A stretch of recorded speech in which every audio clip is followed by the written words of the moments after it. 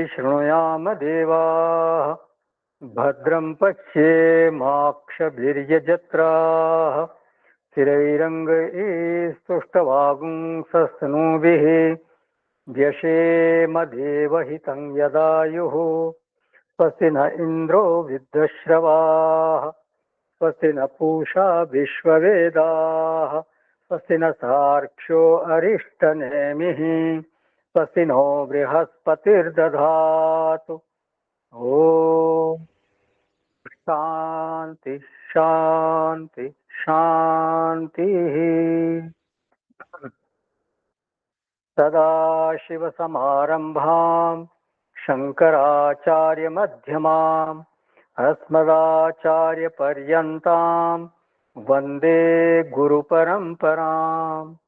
शङ्करं शङ्कराचार्यं केशवं बादरायणम् सूत्रभाष्यकृतौ वन्दे भगवन्तो पुनः पुनः भगवन्तो पुनः पुनः। ॐ पार्थाय प्रतिबोधितां भगवता नारायणेन स्वयं व्यासेन ग्रथितां पुराणमुनिना मध्ये महाभारतम् अद्वैतामृतवर्षिणीं भगवतीम् अष्टादशाध्यायिनीम् अम्ब त्वामनुसन्दधामि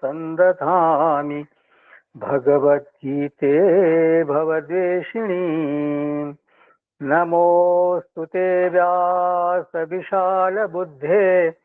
फुल्लारविन्दायतपत्रनेत्र येन त्वया भारततैलपूर्णः प्रज्वालितो ज्ञानमयप्रदीपः प्रपन्नपारिजाताय स्तोत्रवैत्रैकपाणये ज्ञानमुद्राय कृष्णाय गीतामृतदुहे नमः। सर्वोपनिषदो गावो दोग्धा गोपालनन्दनः पार्थो वत्सः सुधीर्भोक्ता दुग्धं गीतामृतं महत्। वसुदेवसुतं देवं कंसचाणूरमर्दनं देवकी परमानन्दं कृष्णं वन्दे जगद्गुरुं कृष्णं वन्दे जगद्गुरुं कृष्णं वन्दे जगद्गुरुं। हाँ डॉक्टर सक्सेना साहब जय भगवान का नाम। जय गोविंद जय हरि गोविंद जय जय गोविंद जय हरि गोविंद जय जय गोविंद जय हरि गोविंद जय जय गोविंद जय हरि गोविंद जय जय गोविंद जय हरि गोविंद जय जय गोविंद जय हरि गोविंद जय जय गोविंद जय हरि गोविंद जय जय गोविंद जय हरि गोविंद जय जय गोविंद जय हरि गोविंद जय जय गोविंद जय हरि गोविंद जय जय गोविंद जय हरि गोविंद जय जय गोविंद जय हरि गोविंद जय जय गोविंद जय हरि गोविंद जय जय गोविंद जय हरि गोविंद जय जय गोविंद जय हरि गोविंद जय जय गोविंद जय हरि गोविंद। हरि ओम तत्सत। धन्यवाद डॉक्टर साहब। तो परमात्मा ने सबसे पहले सृष्टि का स्वरूप बताया, फिर मुक्ति का स्वरूप बताया और फिर जीव का स्वरूप बताया। जीव का जो शुद्ध स्वरूप है वो तो परमात्मा ही है, जीव में जो धातु है, जीव में जो सार तत्व है, जो वो केवल और केवल चेतन वस्तु है। माने चित धातु ही, अर्थात चेतना ही जीव के रूप में उपलब्ध हो रही है। इसका अभिप्राय क्या है कि जो चेतना है वो कर्ता भोक्ता के रूप में भास रही है। चेतना वास्तव में कोई क्रिया करती नहीं, लेकिन जब वो अंतःकरणावच्छिन्न चेतन बन जाता है, जीव बन जाता है, तब वो कर्ता भोक्ता के रूप में अपने आप को भाषित करने लगता है। चेतना परिच्छिन्न रूप में भासने लग जाती है। चेतना ही वास्तव में अनेक रूपों में भास रही है। चेतना क्रिया विशिष्ट, गुण विशिष्ट, स्वभाव विशिष्ट होकर भास रही है। मतलब उसमें विशेषता आ गई। बाकी देख उसका शुद्ध स्वरूप है निर्विशेष चेतन, लेकिन जब उसमें विशेषता आ जाती है तब वो क्रिया विशिष्ट, गुण विशिष्ट और स्वभाव विशिष्ट बन जाती है। तो ये चेतना ही कर्ता, भोक्ता, श्रोता, मनता, विज्ञाता, स्मर्ता इस इन रूपों में भास रही है। और ये चित धातु का जो जीव रूप में भासना है वो वास्तव में औपाधिक प्रतीति है, उपाधि के कारण है। इसका अभिप्राय है कि बिना उपाधि के चेतना स्वयं कर्ता, भोक्ता, ज्ञाता आदि रूप में प्राप्त नहीं हो सकती। अगर उपाधि न हो तो फिर यह कर्ता, भोक्ता, ज्ञाता, मनता है कुछ नहीं। अब चेतना का उपाधिकत्व क्या है? वो अविद्या के कारण दृश्य धर्मों को आत्मीय रूप से स्वीकार कर लेती है, यही उसका उपाधिकत्व है। माने अगर वो दृश्य धर्मों को, ये जो प्रपंच में दृश्य धर्म है, इन दृश्य धर्मों को स्वयं में स्वीकार न करे तो चेतना कभी भी औपाधिक नहीं हो सकती।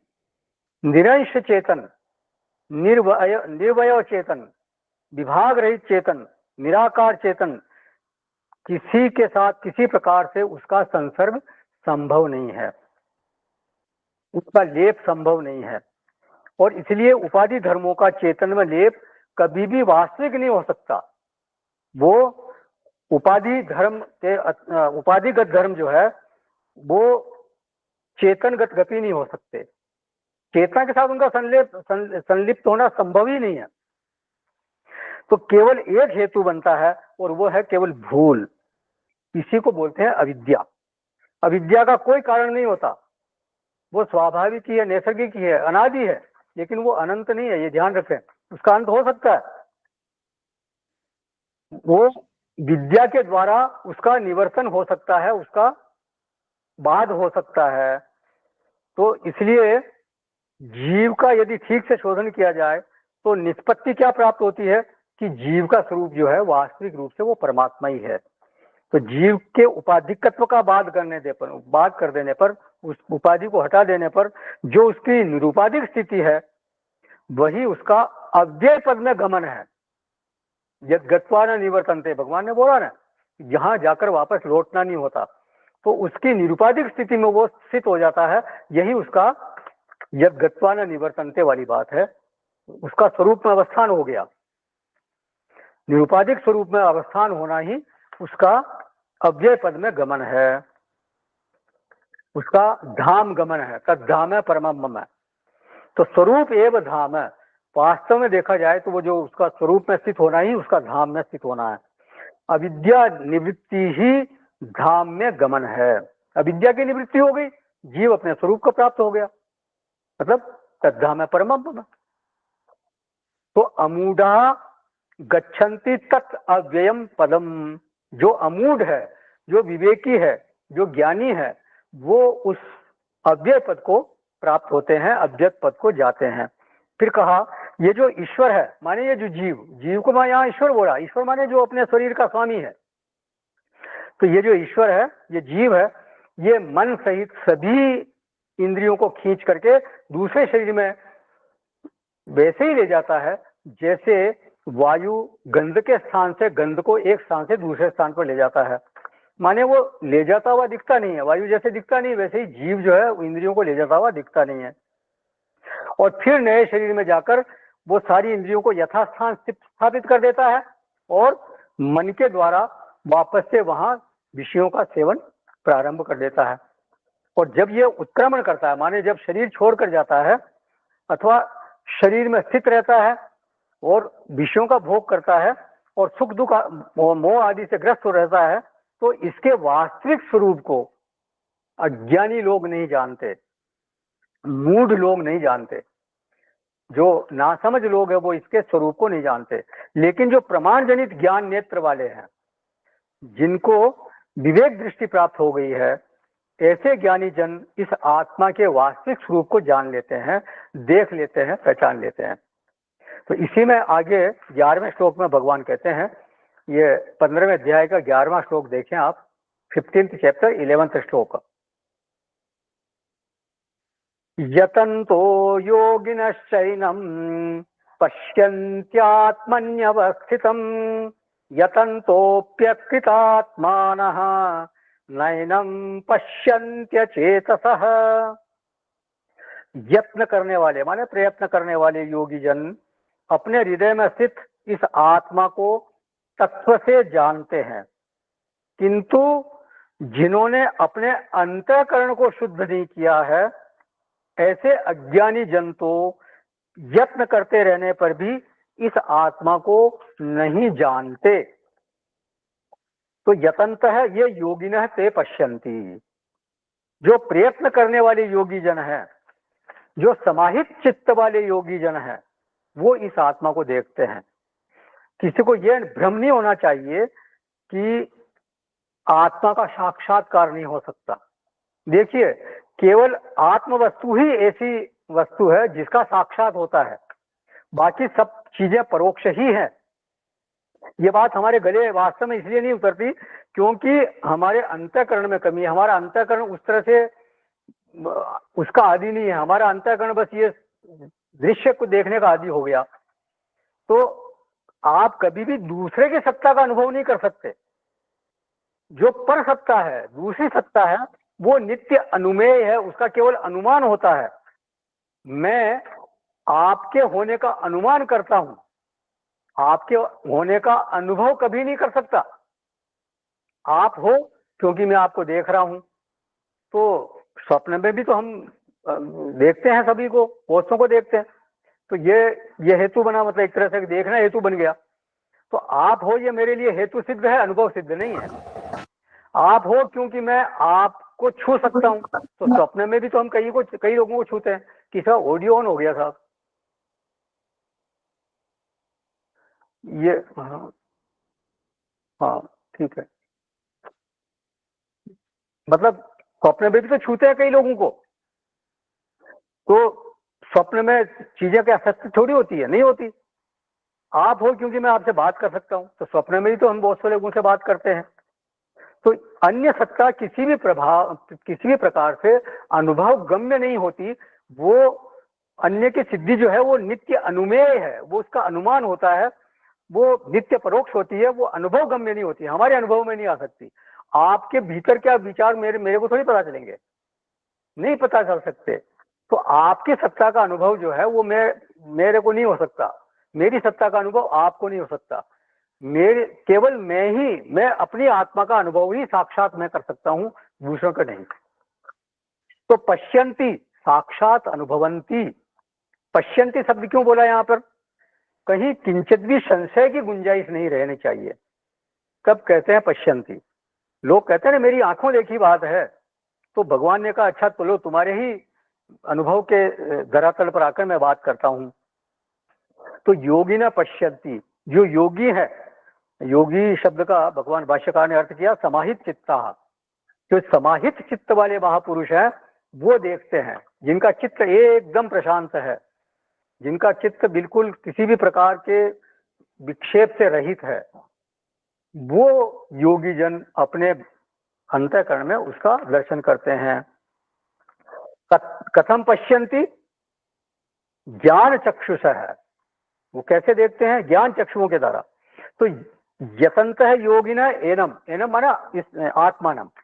जो प्रयत्न करने वाले योगी हैं, यत्न करने वाले योगी हैं, जो गहरा ध्यानाभ्यास करते हैं, जिनके व्यवहार में शुद्धि है, चित्त उनका विक्षिप्त नहीं है, बिल्कुल समाहित चित्ता, तो उनके वाणी में शुद्धि है, शरणागति पूरी है, तो इसलिए उनके चित्त में व्यथा नहीं है, किसी प्रकार की कोई दुख नहीं है, किसी प्रकार को कोई चिंता नहीं वहां व्याप्त हो रही है।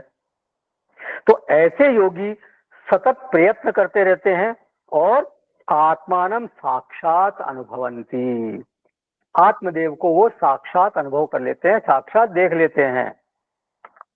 उनकी एक नियत दिनचर्या है, उस दिनचर्या में शरीर के लिए भी वो कुछ करते हैं, अपने मन के लिए भी कुछ करते हैं, बुद्धि के लिए भी कुछ करते हैं, समाज के लिए भी है, मतलब राष्ट्र के लिए भी है, वो कुछ न कुछ करते रहते हैं।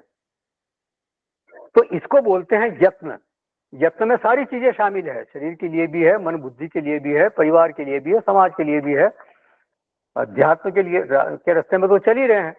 तो ध्यान भी है, पूजा भी है, स्वाध्याय भी है, सब चीजें हैं। माने पूरा दिन उनका यत्न से भरा हुआ है, बिल्कुल टाइट शेड्यूल बना हुआ है, निठल्लापन बिल्कुल नहीं है कि दिन को ऐसे ही जाया कर दिया, बिल्कुल व्यर्थ कर दिया। तो यतंत शब्द का इस तरह से यह अर्थ है, यतंत योगिना एनम आत्मानम पश्यन्ति। कथम? अयम अहम अस्मि। किस तरह से देखते हैं वो? यह मैं हूं। तो ऐसा साक्षात्कार उनको हो जाता है। कस्तूरी मृग में बसे मृग ढूंढे मन माही। ढूंढने वाला ही ढूंढी जाने वाली चीज है वास्तव में। तो मृग देखता है कि कहीं उसको खुशबू आती है, वो चारों तरफ घूमता है, लेकिन वास्तव में वो कस्तूरी तो उसके भीतर ही रहती है, तो बाहर ढूंढ रहा है वो। जल बीच मरत पियासा, जल के बीच में है और वो प्यासा मर रहा है। पानी में मीन प्यासी, मुझे सुन सुन आवे हंसी। तो अयम अहम अस्मि, ये उसको अनुभव हो जाता है। निरुपाधिक आत्मा कौन है? अहम एव। बस वो निरुपाधिक अपना स्वरूप को उसको दर्शन हो जाते हैं, मैं ही वो हूं, कोई दूसरा नहीं है। परमात्मा कौन है? वास्तव में तो जीवात्मा ही परमात्मा है, अगर उसकी उपाधि का बाध हो जाए तो निरुपाधिक जो जीव है वो वास्तव में परमात्मा ही है। तो जब जीवात्मा अपने निरुपाधिक स्वरूप में प्रतिष्ठित हो जाता है, तब वो परमात्मा स्वरूप को ही प्राप्त कर लेता है। तो अयम अहम एव अस्मि पश्यन्ति। कुत्र पश्यन्ति? आत्मनि अवस्थितम। यहाँ आत्मी शब्द का अर्थ किया भाष्यकार ने बुद्धौ। आत्मा को अपनी बुद्धि में देख लेते हैं। आत्मा को आत्मा में देखने का मतलब क्या है? आत्मा, दो जगह आत्मा शब्द आया है, तो हर जगह आत्मा शब्द का अर्थ आत्मा नहीं होता। कई जगह आत्मा शब्द का पिछले अध्यायों में एक जगह अर्थ किया शरीर, कई जगह आत्मा का अर्थ किया इंद्रिय। तो ये अलग अलग जगह उस संदर्भ के अनुसार आत्मा शब्द का अर्थ किया जाता है। यहाँ दो आत्मा है तो दो जगह आत्मा शब्द आया है। एक तो आत्मा शब्द आत्मा से अर्थ में है, और एक आत्मा बुद्धि के अर्थ में है। तो आत्मा की अनुपलब्धि कहाँ थी? बुद्धि में। तो उपलब्धि फिर उसकी कहाँ होगी? बुद्धि में ही उसकी उपलब्धि होगी। आत्मा में अनुपलब्धि नहीं थी। उपनिषदों में 10 मूर्ख, वास्तव में तो देखा जाए तो आत्मा की बुद्धि में अनुपलब्धि नहीं थी, हमारे को पता नहीं था उसका।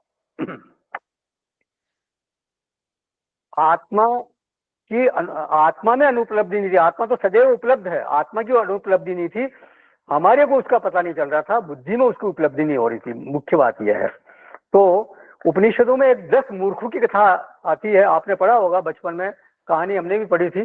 10 शेख चिल्ली की कथा पढ़ी होगी आपने, शेख चिल्ली के नाम से हमने कथा पढ़ी थी। तो 10 मूर्ख कहीं जा रहे थे, तो रास्ते में एक नदी आई, तो उन्होंने नदी पार कर ली। नदी पार करने के बाद एक को ख्याल आया कि अपने को गिन लेना चाहिए अपन 10 थे, तो अपने को गिन लेना चाहिए, कहीं कोई बह तो नहीं गया है। तो उन्होंने सबको लाइन में खड़ा कर दिया, एक जना सामने हो गया और सबको गिना, 1 2 3 4 5 6 7 8 9। अब खुद को नहीं गिना। उन्होंने कहा अब तो 9 ही रह गए, एक बह गया हमारा। उन्होंने कहा तू गलती गिन रहा, मैं गिनता हूँ। दूसरे ने गिना, उसी तरह से लाइन में सबको खड़ा किया, फिर वो 1 से 9 तक गिन लिया। फिर तीसरे ने भी वो उसी तरह से दोहराया। 10 के 10 ने गिन लिया, लेकिन वो सबका रिजल्ट ये आया कि 9 ही रह गए हम, तो एक हमारा बह गया। और वहां बैठकर वो सब रोने लग गए कि एक हमारा एक साथी बह गया, हमारा एक साथी बह गया। इतने में वहां एक कोई महात्मा जी आ गए और उन्होंने देखा ये सब रो रहे हैं, तो उन्होंने पूछा भाई क्यों रो रहे हो तुम लोग? तो उन्होंने कहा कि हमारा एक साथी नदी में बह गया, हम नदी पार कर रहे थे, तो तुम लोग कितने थे? बोले हम 10 थे सब, हम 9 ही रह गए। तो महात्मा जी ने देखा ये तो 10 के 10 ही बैठे हैं यहाँ पे, तो उनको सारा माजरा समझ में आ गया। तो उन्होंने कहा ठीक है, मैं भी गिनती करता हूँ तुम्हारी, तुम सब लाइन में खड़े हो जाओ। तो उन्होंने पहले तो पूछा कि तुम कैसे गिन रहे थे? तो उन्होंने बताया कि साहब हम इस तरह से गिन रहे थे कि ये खड़े कर दिया और मैंने गिना तो ये सब 9 ही है। अच्छा, तो उनको समझ में आ गई बात, तो उन्होंने कहा अच्छा मैं गिनता हूँ। फिर उन्होंने गिनना शुरू किया, फिर सबके सिर पे हाथ रखा, बोलो ये 1 2 3 4 5 6 7 8 9, और जब 10वें के पास पहुंचा तो उसे एक थप्पड़ मारा, तो बोला कि बोलो ये 10वां है कि नहीं? कहाँ साहब, ये 10वां है, बिल्कुल आपने ये सही गिन दिया, हम गलती गिन रहे थे। तो हम दशम अश्मी, बोलो अब हम दशम अश्मी बोलो। उसने कहा हम दशम अश्मी, हम 10 हो गए, मैं 10वां हूँ। तो एक आदमी जो खुद 10वां है, उसको 10वें की अनुपलब्धि हो रही थी, तो उसको सदगुरु ये उपदेश देते हैं कि दशम त्वम असि, और फिर उसको भी प्रत्यय उठा के हम दशम अश्मी, मैं 10वां हूँ। तो ये एक क्लासिक कहानी बनाई हमारे ऋषियों ने। तो आत्मानम आत्मनि माने बुद्धौ पश्यन्ति, आत्मा को अपनी बुद्धि में वो देख लेते हैं, क्योंकि अनुपलब्धि जो है वो बुद्धि में ही थी। जैसे 10वें को 10वें की अनुपलब्धि बुद्धि में हो रही थी, उसी तरह से यहाँ भी अनुपलब्धि बुद्धि में ही है और बुद्धि में ही उसकी उपलब्धि होगी।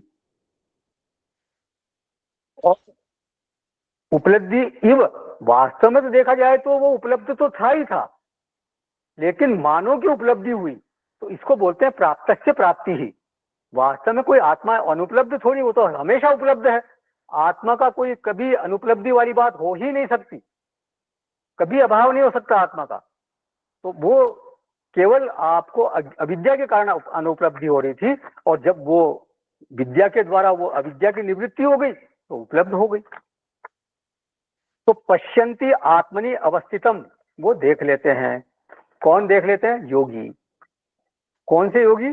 जो यत्नशील हैं, सतत यत्न करने वाले हैं, यत्न जिनका स्वभाव बन गया है, वो आत्मा को अपनी बुद्धि में देख लेते हैं। अब एक चीज कहते हैं भगवान, यत्न करने वाला भी अगर अपने में प्रगति की अनुभूति नहीं कर रहा है, यत्न कर रहा है लेकिन प्रगति की अनुभूति उसको नहीं हो रही है, कदाचित उसको लगता है कि एक स्टेग्नेंसी है, एक ठहराव सा हो गया है, कोई कोई मतलब बदलाव नहीं हो रहा है, मैं वहीं का वहीं हूं, मैं पूरी निष्ठा से सुबह शुरू करता हूं और शाम को समाप्त करता हूं, every day is repetition of the previous day, मतलब जो पहले जैसा दिन था वैसा का वैसा ही गुजर गया, कोई मेरे में बदलाव महसूस नहीं हो रहा, कहीं कोई स्फूर्ति आई हो ऐसा लगता नहीं है।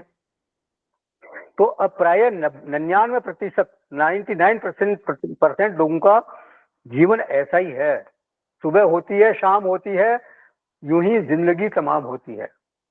या फिर कोई कारोबार हो न सका तमाम हयात, हयात मतलब जिंदगी, कोई कारोबार हो न सका तमाम हयात, मगर हयात मुसलसल तमाम होती गई, मुसलसल में लगातार धीरे धीरे धीरे करके ये जिंदगी यूं ही समाप्त हो गई, कुछ भी नहीं हुआ, कोई प्रयत्न करने के बाद भी कुछ बदलाव हुआ नहीं। तो बहुसंख्यक ऐसे ही लोग हैं।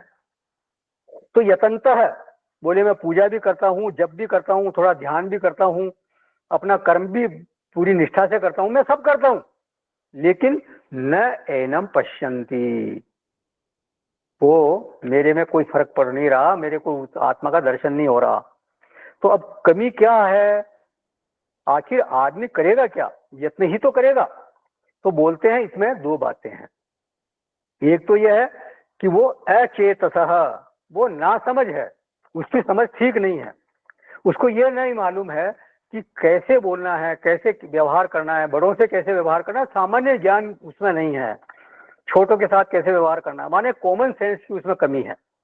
पूज्य गुरु जी अक्सर कहा करते हैं कि generally common sense is very uncommon, जो कॉमन सेंस है वास्तव में अनकॉमन है, हर एक में कॉमन सेंस होता नहीं। जो सहज बुद्धि है वो सबसे दुर्लभ चीज है। अब जैसे बहस करना है, तो कोई बहस करने वाला होता है तो वो उसकी आदत होती है, वो सबके साथ बहस करने लग जाता है। तो उसको ध्यान में रहना चाहिए कि किसके साथ बहस करनी है, किस जगह बहस करनी है, कैसे बहस करनी है। क्योंकि मैं बहस कर सकता हूँ इसलिए मैं सबके साथ बहस कर लूंगा, तो ऐसे नहीं, वो तो मूर्खता वाली बात हो जाएगी। वो आदमी समझता है कि मैं बहुत इंटेलिजेंट हूँ, मैं मैं सबके साथ मतलब पूरी तरह से तर्क वितर्क कर सकता हूँ। तो ऐसे आदमी से लोग दूर रहना पसंद करते हैं कि भाई आप दूर ही ठीक हो हमसे, हम आपसे बात नहीं करेंगे। जो उसको कॉमन चीज है वो नहीं मालूम है। ऐसे लोग गुरु से भी बहस करने लगते हैं, और कदाचित किसी बात में वो जीत भी गए, गुरु से अगर जीत भी गए तो वास्तव में वो हार ही है। गुरु से जीतना कोई जीतना नहीं होता, गुरु से जीतना वास्तव में हार कहलाती है, क्योंकि गुरु से हारने में ही जीत है। इसी तरह से दाम्पत्य जीवन में एक दूसरे को जीत लेना ये भी कोई अच्छी बात नहीं है, वो वास्तव में हार नहीं है। किसको जीत रहे हो आप? देखा जाए तो उस जीत का उस जीतने से कभी कभी ऐसा भी होता है कि संबंध टूटने तक की नौबत आ जाती है। आदमी अपने अहंकार में ये भूल जाता है, वो जीत तो जाए भले ही, लेकिन कई बार फिर गड़बड़ हो जाती है। वहां जीतने हारने वाली बात ही नहीं होनी चाहिए, उसका वहां कोई इसका कोई मतलब ही नहीं है। वहां तो ये होना चाहिए कि यकीनन जीत मेरी थी, मैं बाजी जीत सकता था, मगर ऐसा जीतना भी क्या कि उनकी हार हो जाए। तो जहां आदमी मतलब सारी जगह ऐसा नहीं होना चाहिए कि मतलब वो जहां जब जो जैसी मर्जी वैसा व्यवहार कर लिया। उसको ये भले उसकी बुद्धि बहुत वैभवशाली हो, लेकिन उसको ये ध्यान रखना चाहिए कहीं मेरे संबंधों में कहीं खटास तो नहीं आ जाएगी, कहीं कहीं मेरे मेरे व्यवहार से दूसरों को तकलीफ तो नहीं हो जाएगी। और दूसरी तरफ ऐसा भी है कि कम पढ़े लिखे जो लोग जो होते हैं, जो सहज बुद्धि वाले लोग होते हैं, वो अपने संबंधों में मधुरता बनाए रखते हैं, उनमें अहम भाव की कमी होती है। तो ये सब दिखता भी है समाज में। जो बहुत ज्यादा पढ़ लिख जाते हैं या बहुत ज्यादा अपने आप को समझदार समझते हैं, तो उससे फिर लोग कटने लग जाते हैं, थोड़ा उनसे दूरी बना कर रखते हैं। और ऐसा भी देखा जाता है कि साधना कर रहे हैं, बहुत नियमनिष्ठ हैं, और बिल्कुल पूरी तरह से उनकी दिनचर्या ऐसी बहुत टाइट बनी हुई है, लेकिन स्वभाव में रुक्षता है, स्वभाव में कठोरता है। नियम निष्ठा होना बहुत अच्छी बात है, लेकिन उसका परिणाम भी व्यक्ति को जांचते रहना चाहिए कि मेरे चित्त पर, मेरे जीवन पर उसका क्या प्रभाव पड़ रहा है, लोग मुझे किस तरह का समझते हैं। कहीं ऐसा तो नहीं है कि I am not available for anyone, क्या मैं किसी के लिए उपलब्धि नहीं हो रहा हूँ, ऐसा तो नहीं है। कहीं कोई बीमार है, कोई परेशान है, और जहां मेरी जरूरत है और उसको मुझे उसका हालचाल पूछने जाना चाहिए, लेकिन अगर मैं उसका हालचाल पूछने जाऊंगा तो मेरी दिनचर्या भंग हो जाएगी, तो चलो जाने देते हैं, फिर कभी देखेंगे। तो ये जो वृत्ति है वो ठीक नहीं है। सर्वारंभ परित्यागी, सर्वारंभ परित्यागी माने वो स्वयं का कोई उसका संकल्प नहीं, स्वयं का कोई एजेंडा नहीं, वो तो सबके लिए सर्वभूत हिते रता, सबके लिए वो अवेलेबल है।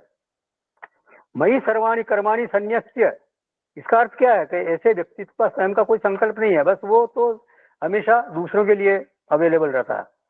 He is 100% available at any time for everyone. मैं अक्सर क्या करता हूँ कि मैं ऐसी बकरी हूँ जिसको हर कोई पकड़ के कहीं भी दूध सकता है, तो इस तरह का व्यक्ति होना चाहिए। तो उसका खुद का कोई एजेंडा नहीं है। हनुमान जी को देख लीजिए आप, इसका सर्वश्रेष्ठ उदाहरण हनुमान जी है। उनका अपना कोई संकल्प नहीं, अपना कोई एजेंडा नहीं है, बस उनका एक ही एजेंडा है, मुझे तो राम जी का काम करना है बस। तो भगवान मानो कहे कि कहीं तुमसे कोई ऐसी गलती तो नहीं हो रही है, कहीं तुम्हारी समझ में कोई कमी तो नहीं है, तो ये तुम अपने आप को अपना परीक्षण करो। तो यतंतः अचेतसः, यतंत तो वो यत्न कर रहा है, लेकिन कहीं अचेतसा तो तुम नहीं हो, ये ध्यान रखो। अब तीसरी बात कही उन्होंने, अकृतात्मानः।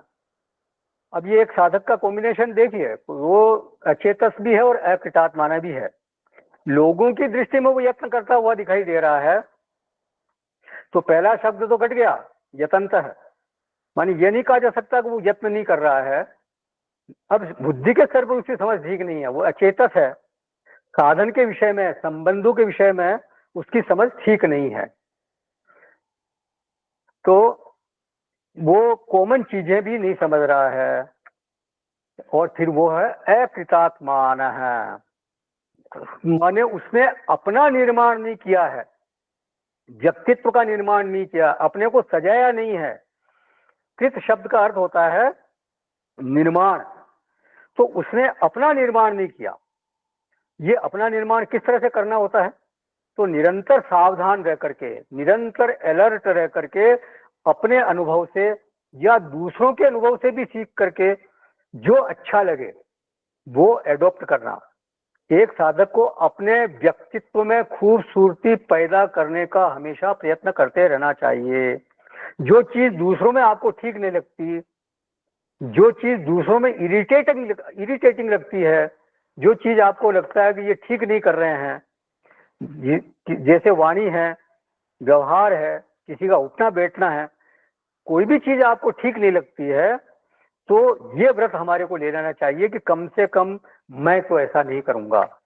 दूसरों को देख करके भी सीखने की बात होती है। कई बार कहावत है कि जो दूसरों के अनुभव से सीख ले वो वास्तव में समझदार कहलाता है। दूसरों को देखकर सीख ले, जो अपने अनुभव से सीख ले वो मीडियम, और अपने अनुभव से भी जो नहीं सीखे उसको तो फिर आप क्या कहोगे? मतलब मूर्खाधिराज के अलावा फिर उसको क्या पदवी दी जा सकती है? तो दूसरों के देख करके भी हमारे को सीखने के प्रयत्न करना चाहिए। दूसरे की चीज जो आपको प्रभावित करती है, वो कैसे बोलते हैं, कैसे चलते हैं, कैसे उठते हैं बैठते हैं, कैसे दरवाजा खोलते हैं, कैसे कप पकड़ते हैं, मतलब छोटी से छोटी चीज, ये दैनिक जीवन में हमारे को छोटी छोटी चीजों में भी अपने आप को ध्यान रखना चाहिए। जैसे गुरुदेव कहा करते थे कि दरी बिछाने का काम है, तो दरी भी इस तरह से बिछाओ कि बिल्कुल एकदम बराबर, जैसे दीवार से उस कोने से लेकर इस कोने तक जितना दूरी उस कोने पर है उसी उतनी दूरी इस कोने पर होना चाहिए। तो ये एक नफासत होनी चाहिए हर चीज में। कहते हैं ना लोग कि वो मतलब आपका जो हर एक्ट जो है वो दूसरों को सुख दे, आपकी हर चीज, आपका हर क्रियाकलाप दूसरे के चित्त को सुख दे। लोग कहें कि ये बड़ा प्यारा आदमी है, इज ए प्लेजेंट पर्सन। देखिए, चेहरा सुंदर होना जरूरी नहीं है। चेहरा सुंदर हो किसी का तो बहुत अच्छी बात है, लेकिन चेहरा सुंदर न भी हो तो भी अपने व्यवहार से उसको सुंदर बनाया जा सकता है। और कई बार सुंदर चेहरे को लोग असुंदर बना देते हैं, उनमें पवित्रता नहीं होती, उसका रखरखाव ठीक से नहीं करते। तो किसी का चलना फिरना, किसी का बात करना, पहनना ओढ़ना यदि हमें अच्छा लगता है तो उसको हमारे को अपनाना चाहिए, उसी तरह से हमारे को बनने का प्रयास करना चाहिए। अपने से बड़ों को देखना चाहिए, जो हमारे पूज्य हैं, जो आदरणीय हैं, वो किस तरह से व्यवहार करते हैं, तो उनसे हमारे को सीखना चाहिए। भगवान ने कहा ना, यद्यदाचरति श्रेष्ठ तत्देवे तरोजन, स यत् प्रमाणम करुते लोकस्तदनुवर्तते।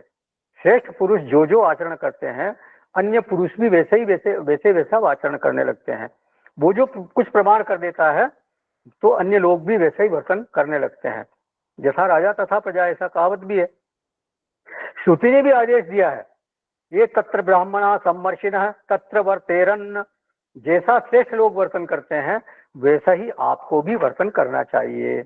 महाजनो येन गता स पंथाः।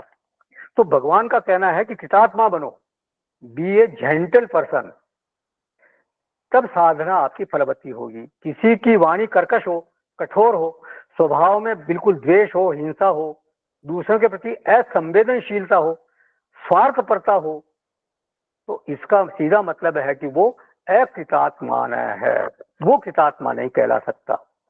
तो कृतात्मा का सीधा मतलब क्या है? छोटी छोटी बातों से शुरू करना चाहिए हमारे को। जैसे आपने देखा होगा, लोग सड़क पर चलते चलते कोई छिलका, केला खाया छिलका फेंक दिया, कुछ भी खाया छिलका फेंक दिया, कागज, कोई हाथ में कागज आया कागज भी फेंक दिया, कोई भी चीज जो काम की नहीं है इधर जेब में निकाली फेंक दी। तो ये मतलब जो सभ्य आदमी, उनके क्रियाकलाप इस तरह के नहीं हो सकते।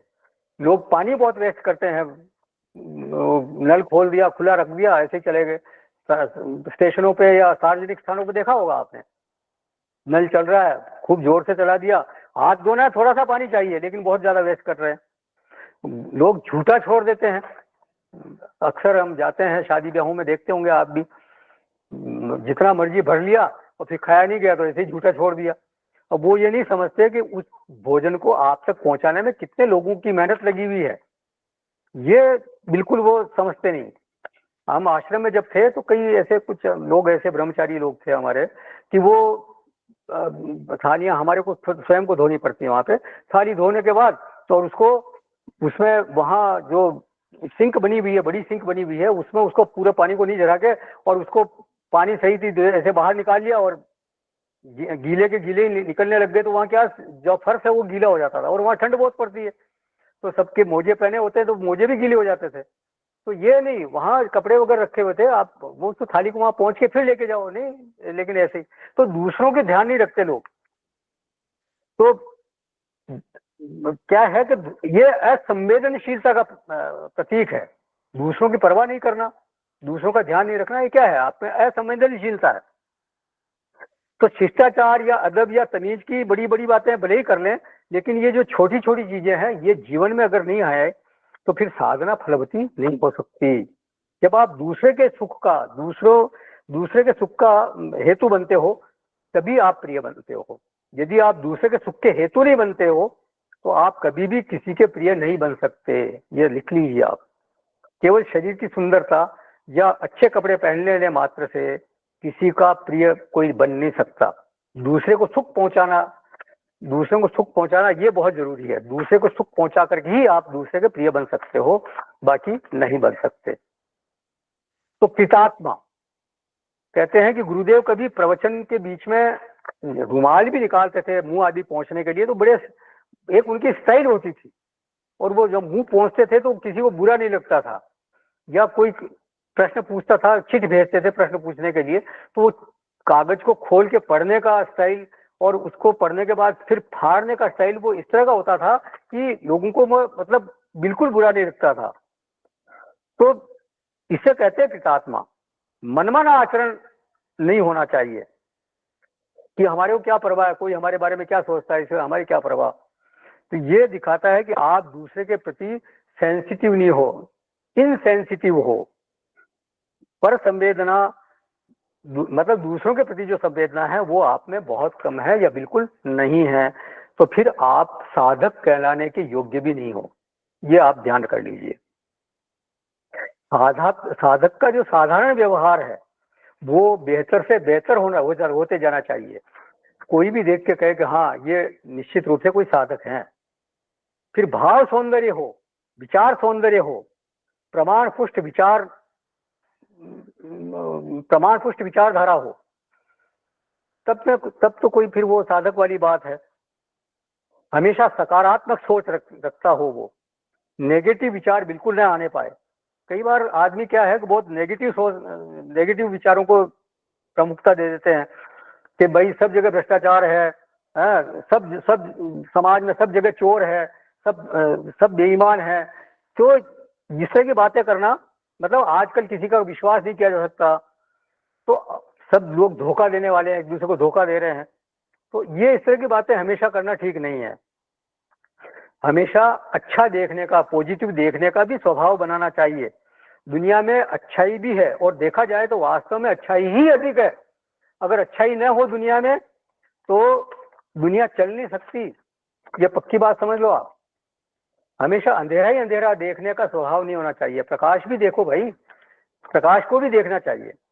तो व्यवहार सौंदर्य हो, विचार सौंदर्य हो, स्वभाव में सौंदर्य हो, भाव सौंदर्य हो, गुण के स्तर पर सौंदर्य हो, त्रिगुण की स्थिति ऐसी हो जिसमें सत्व गुण की वृद्धि करने का हमेशा प्रयत्न रहे।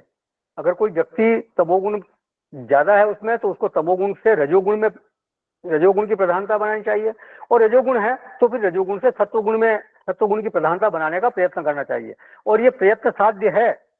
अगर स्वभाव अपना अगर थोड़ा इस तरह का है कि तमोगुण ज्यादा है तो तमोगुण को पहले रजोगुण में और रजोगुण से सत्वगुण की तरफ चलने का आदमी को प्रयत्न करना चाहिए, और प्रयत्न के द्वारा वो परिवर्तन किया जा सकता है।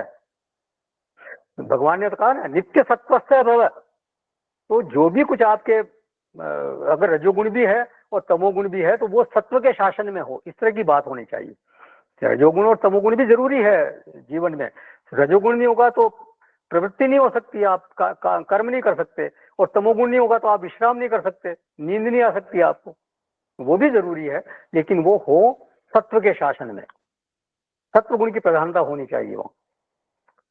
तो स्वभाव से साधुता हो, विचार का विषय व्यापक हो, उदार हो, विचार का विषय हमेशा परमात्मा हो, समाज हो, राष्ट्र हो, किसी की निंदा स्तुति इस तरह के क्षुद्र विचार नहीं होने। बहुत से लोग आपने देखा होगा निंदा ही करते रहते हैं दूसरों की, तो वो निंदा का स्वभाव नहीं होना चाहिए एक साधक का। भाव में महक हो, भक्ति की, प्रेम की, श्रद्धा की, आदर की, दया की, करुणा की, इस तरह की महक होनी चाहिए। दूसरे लोग देखते ही उसको कहें कि भाई ये तो बहुत भक्त आदमी है, भगवान के भक्त हैं, ये बड़े प्रेमी हैं, ये बड़े दयालु हैं, ये बड़े कोमल है। ऐसा न हो कि लोग कहें कि ये बड़ा रूखा आदमी है, भाई अपने में ही नहीं समाता, ये तो दूसरों का क्या, बड़ा घमंडी है, अपने झोम में रहता है। तो ये कोई कृतात्मा के लक्षण नहीं हो सकते। कृतात्मा शब्द का अर्थ है अपने आप को सजाना, अपने आप को दूसरों के लिए उपयोगी बनाना।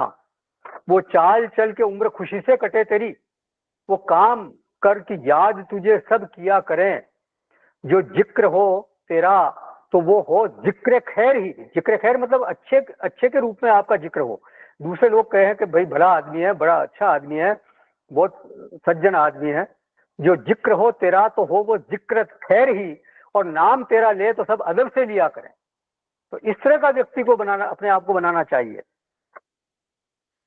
तो स्वामी अखंडानंद जी एक बार बताया था कि कोई पंडित जी हरिद्वार में कुटिया बनाकर रह रहे थे, वो रिटायर्ड हेडमास्टर थे। तो उन्होंने सोचा कि जो रिटायरमेंट के बाद जो है मैं हरिद्वार में रहूंगा, तो वहाँ एक कोई कुटिया ले ली उन्होंने, और वहां पर वो रहने लग गए। और वो हेडमास्टर थे, रिटायर्ड हेडमास्टर थे, तो पेंशन मिलती थी, तो पेंशन से उनका जीवन चलता था। त्रिकाल संध्या करते थे, पूजा करते थे, माने पूरी तरह से नियमनिष्ठ थे। लेकिन उनका स्वभाव जो था वो बहुत रूखा था, रुक्ष स्वभाव के थे। तो स्वामी अखंडानंद जी ने उनके बारे में, वो मिले होंगे अखंडानंद जी उनसे, तो उनको उनसे मिलके बहुत प्रसन्नता नहीं हुई। तो उड़िया बाबा से पूछा उनका उनका जिक्र करते हुए कि ऐसे ऐसे एक पंडित जी हरिद्वार में हैं, मैं उनसे मिला था, बहुत पूजा पाठी है, बहुत नियमनिष्ठ है, बहुत बिल्कुल एकदम उससे रहते हैं, शुचिता से रहते हैं, सब कुछ बहुत अच्छा है, लेकिन उनसे मिलकर मुझे कुछ बहुत अच्छा लगा नहीं, मजा नहीं आया उनसे मिलकर। तो उड़िया बाबा बोले कि उनको अभी अस्मिता क्लेश है, वो साधना तो कर रहा है लेकिन वो साधना अभी रसीली नहीं बनी है। वो साधना करता है, वो ये समझता है साधना करते हुए कि मैं सबसे अच्छी साधना करता हूँ, मेरा जैसा कोई नहीं है, देखो मैं बिल्कुल एकदम नियम निष्ठा से रहता हूँ। और ये जो साधु लोग हैं ये क्या है, ये सुबह शाम तो ये भिक्षा का अन्न खाते हैं और पता नहीं क्या क्या करते रहते हैं, और साधना भी करते कि नहीं करते, बस इनको तो बस पेट भरने से मतलब है। साधना तो मैं कर रहा हूँ, और मैं किसी से मांगता भी नहीं, मैं तो अपनी पेंशन से खा रहा हूँ। तो ये इस तरह का ये अस्मिता क्लेश उनके उनके भीतर आ गया है। मैं त्रिकाल संध्या करता हूँ, पूजा करता हूँ, सब कुछ करता हूँ, तो ये इस तरह से उनके भाव इस तरह के आ रहे हैं। लेकिन वो ये नहीं समझते कि ये जो भिक्षुक लोग हैं ये ईश्वराश्रित हो गए हैं, ये ईश्वर के ऊपर आश्रित हैं। और जबकि आप क्या पेंशन आश्रित हो, आप तो पेंशन के ऊपर आश्रित हो।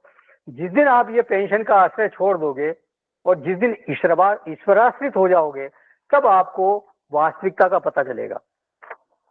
फिर जो बुद्धि है वो धीरे धीरे ईश्वराश्रित होगी, ईश्वर की तरफ जब जाएगी, तब आपको वो अहम भाव हटेगा, वो पत्थर जब हटेगा अस्मिता का, तब वो रस प्रकट होगा। देखिए बिना आश्रय कोई रह सकता नहीं, चाहे किसी का भी आश्रय हो, किसी का धन का आश्रय, किसी को धन का आश्रय होता है, किसी को संबंधों का आश्रय होता है, किसी को अपना पद प्रतिष्ठा का आश्रय होता है। और लेकिन ये जो साधु लोग हैं इनको तो ईश्वर के आश्रय के अलावा कोई आश्रय है ही नहीं। उन्हें फिर किसी की जरूरत नहीं है, जिन्हें आपने आसरा दे दिया है। तो भाव में महक होना चाहिए। ये जो अस्मिता क्लेश है ये अध्यात्म के रास्ते में रुकावट पैदा करते हैं।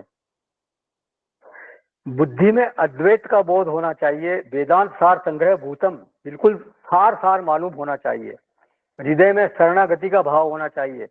समस्त भावों को सुगंधित करने वाली जो चीज है उसका नाम है शरणागति। बस एक ईश्वर की शरणागति, वो भी अनन्य भाव से शरणागति होनी चाहिए, वर्ण हो जाए ईश्वर का केवल, बस। शरणागति अभिमान को ठहरने नहीं देती, अस्मिता क्लेश को ठहरने नहीं देती, कठोरता को वो ठहरने नहीं देती, लोभ को ठहरने नहीं देती, पराधीनता को ठहरने नहीं देती। आदमी स्वाधीन हो जाता है शरणागत होकर के, क्योंकि उसको फिर किसी चीज की जरूरत ही नहीं रहती। केवल ईश्वर के शरणागत होने से बाकी सारे क्लेश समाप्त हो जाएंगे। ये देख लीजिए आप, जब आप अपराधीन हो जाते हो तो फिर किसी से कोई चाहते ही नहीं, तो बदले में बिना किसी से बिना कुछ चाहे जो व्यवहार होता है तो उसकी बिल्कुल एकदम अलग महक होती है। आपको कुछ चाहिए ही नहीं, बस आप तो अहेतुक रूप से दूसरों का भला करते रहते हैं, दूसरों के काम आते हैं, बस। दूसरों से बिना किसी प्रकार की प्रत्युपकार की आशा रखे आप दूसरों का काम करते हैं, दूसरों का भला करने का सोचते हैं। और जब किसी से कुछ चाह रख के व्यवहार करेंगे, दूसरे से कुछ प्रत्युपकार की आशा रखेंगे, दूसरों से कुछ स्वार्थ के वशीभूत कुछ दूसरों का काम करेंगे, तो फिर उस व्यवहार में वो सुगंध नहीं हो सकती। तो शरणागति जो है वो वास्तव में बहुत विलक्षण चीज है। तो कृतात्मान है पश्यन्ति, अकृतात्मान है न पश्यन्ति, अचेतस है न पश्यन्ति। जो अचेतस है, जो ना समझ है, वो भी उसको देख नहीं सकते, और जो अकृतात्मान है वो भी उसको देख नहीं सकते। यतंतो भी, वो प्रयत्न कर रहा है लेकिन वो उनको नहीं जान सकते। तो बल किस बात पर है कि चाहे तुम कितना ही यत्न कर लो, लेकिन जब तक विवेकी नहीं बनोगे, अपने आप को कृतात्मान नहीं बनाओगे, अपने आप को सुंदर व्यवहारशील नहीं बनाओगे, तब तक परमात्मा को आप जान नहीं सकते। अच्छा, कृतात्मान है क्यों कहा? क्योंकि आदमी ये कर सकता है, आदमी के बस में है ये सब करना। ऐसा कोई भगवान कोई ऐसी साधना नहीं बता सकते जो कि की नहीं जा सके, तो वो कर सकता है। तो प्राकृत आत्मा जो होता है, जो कोई आदमी, कृतात्मा का उल्टा क्या होगा? प्राकृत। अकृतात्मा मतलब प्राकृत। प्राकृत मतलब जैसे र पशुवत, भगवान ने जैसा भेजा है, जैसा पैदा किया, वैसे ही उसको कायदे से वाणी बोलनी, उसको बोलना आता नहीं, वाणी सही ढंग की नहीं है, सही ढंग से वो कपड़े पहनता नहीं है, खाना पीना भी बिल्कुल ठीक नहीं है, जैसे पशुवत, मतलब चपर चपर जैसे होता है ना। बहुत से लोगों को देखा होगा आपने, बहुत खाते समय बहुत आवाज करते हैं, होठ एकदम बोलते रहते हैं उनके। ऐसे व्यक्ति के पास आप बैठकर खाना खा नहीं सकते। तो अपने आप को चेक करते रहना चाहिए कि कहीं मेरे में तो इस तरह की कोई कमी नहीं है, क्या मेरे एक्शन से किसी को कोई परेशानी तो नहीं हो रही है, मेरे व्यवहार से दूसरों को कोई तकलीफ तो नहीं हो रही है, कहीं हमसे कोई इस तरह की गलती तो नहीं हो रही है। और अगर कोई गलती हो रही है तो उसे फिर सुधारने का हमारे को प्रयास करना चाहिए। तो यहाँ ये जीव प्रकरण पूरा हो जाता है। अब बोलते हैं भगवान आगे, जो अव्यय पद बताया था, जो मेरा परम धाम बताया था, वो कोई एक जगह नहीं है, जगह जगह परमात्मा की विभूतियां बिखरी पड़ी है, भरी पड़ी है सब जगह। आप देखो सूरज को और अनुभव करो परमात्मा का, वहां परमात्मा ही विभाव्यमान हो रहे हैं। आप देखो चंद्रमा को, आप देखो अग्नि को, आप देखो विद्युत को, और वृत्ति किसकी बननी चाहिए? परमात्मा की। आप देखो पृथ्वी को, और उसमें देखो लहलहाती हुई फसल को। पृथ्वी में अनेक तरह के पेड़ पौधे भी उगे हुए हैं, फलदार वृक्ष लगे हुए हैं। तो उस लहराती हुई फसल को देख करके, उन फलदार पेड़ पौधों को देख करके आपको ध्यान आना चाहिए परमात्मा का, कि परमात्मा ही चंद्रमा की किरणों पर आरूढ़ होकर के आते हैं और रस रूप होकर के इन वनस्पतियों में समा जाते हैं, इन वनस्पतियों को रसीला बनाते हैं, और तब वनस्पतियों में क्षुधा निवृत्ति की सामर्थ्य आती है, रोग निवृत्ति की सामर्थ्य आती है। इसीलिए तो उनको औषधि बोलते हैं। पुष्णामी चौषधि सर्वाहा सोमो भूत्वा रसात्मक। तो पुष्णामी परमात्मा ही पोषण करने वाले हैं। ये नहीं कि चंद्रमा पोषण करता है, वास्तव में तो किरणों के रूप में जो आते हैं वो परमात्मा ही अवतरित होते हैं, वहां पर नीचे धरती पर आते हैं किरणों के रूप में, और सारे जो वनस्पतियां हैं उनको पुष्ट करते हैं, उनको पोषण प्रदान करते हैं। तो इनको देख करके परमात्मा को याद करना है। फिर हम जो भी खाते हैं उसको परमात्मा ही वैश्वानर बन के पचाते हैं। हमने तो केवल अपने मुंह में उसको ले लिया और निगल लिया, लेकिन आगे का काम कौन करते हैं? वो परमात्मा करते हैं। पचाम्यन्नम चतुर्विधम, और परमात्मा सभी के हृदय में विराजमान है, सभी के हृदय में स्थित है, और उनसे ही स्मृति होती है, उनसे ही लोग भूल जाते हैं। मतलब जो कोई चीज समय पर याद नहीं आती, वो भी परमात्मा के कारण ही याद नहीं आती है। याद नहीं आना भी उनकी कृपा है। कई बार ऐसा भी होता है कि भाई कोई चीज याद आ गई तो वो आपके लिए हो सकता है तकलीफदायक हो जाए। कोई चीज भूल गए तो अच्छा है कि समय पर भूल जाना भी कई बार तो आपके लिए हितकारक होता है, इसलिए आपको भुला देते हैं। तो विभूतियों का यहाँ पर संक्षेप में वर्णन किया भगवान ने, 4 श्लोक में वर्णन है, जिसके लिए पहले 2 अध्याय भगवान ने बोले, 10वां अध्याय और 11वां अध्याय। 10वें अध्याय में तो विभूतियों का वर्णन किया, और 11वें अध्याय में दिखाया उनको कि किस तरह से मेरा स्वरूप है, उस तरह से देखो। तो फिर अब यहाँ जो 15वां अध्याय है, इसमें केवल 4 श्लोकों में बहुत ही संक्षेप में विभूतियों का वर्णन किया है। तो भाष्यकार यहाँ संगति लगाते हैं, चतुर्भी श्लोके है विभूति ही संक्षेपम आह भगवान। भगवान 4 श्लोकों के द्वारा विभूतियों का यहाँ संक्षेप में वर्णन करते हैं। तो ये 12वां श्लोक है, बहुत संक्षेप में देख लेते हैं। किसी को कोई 11वें श्लोक से संबंधित कोई प्रश्न है, या अभी तक के की चर्चा में किसी से संबंधित कोई प्रश्न हो तो बताएं, या इसमें कुछ ऐड करना है तो ऐड करें।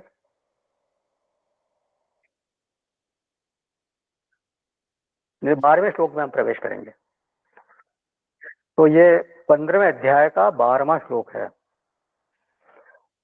यदादित्यगतं तेजः जगद्भासयतेऽखिलं यच्चन्द्रमसि यच्चाग्नौ तत्तेजो विद्धि मामकम्।